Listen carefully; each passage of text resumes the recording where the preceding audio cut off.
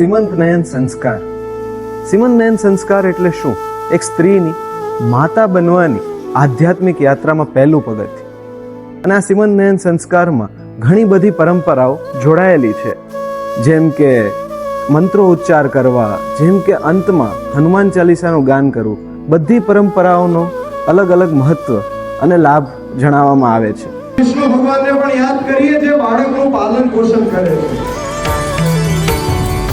ભગવાન વિષ્ણુ મંગલમ ગરુડધ્વજ મંગલમ કુંડલીકાક્ષ મંગલાય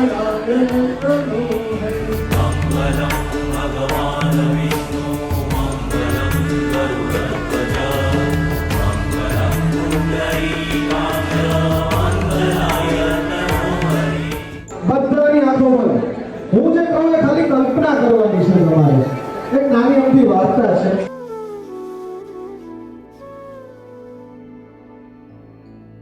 પિતા અડીખમ આધાર છે. પરિવારમાં પિતાથી જ અદૃશ્ય પ્યાર છે. પિતા છે તો માનું ચૂડી અને માનું શૃંગાર છે. ટૂંકમાં કહું તો પિતા એક નાના બાળકનું સમસ્ત સંસાર છે. પહેલા એકવાર, ફક્ત એકવાર આપણે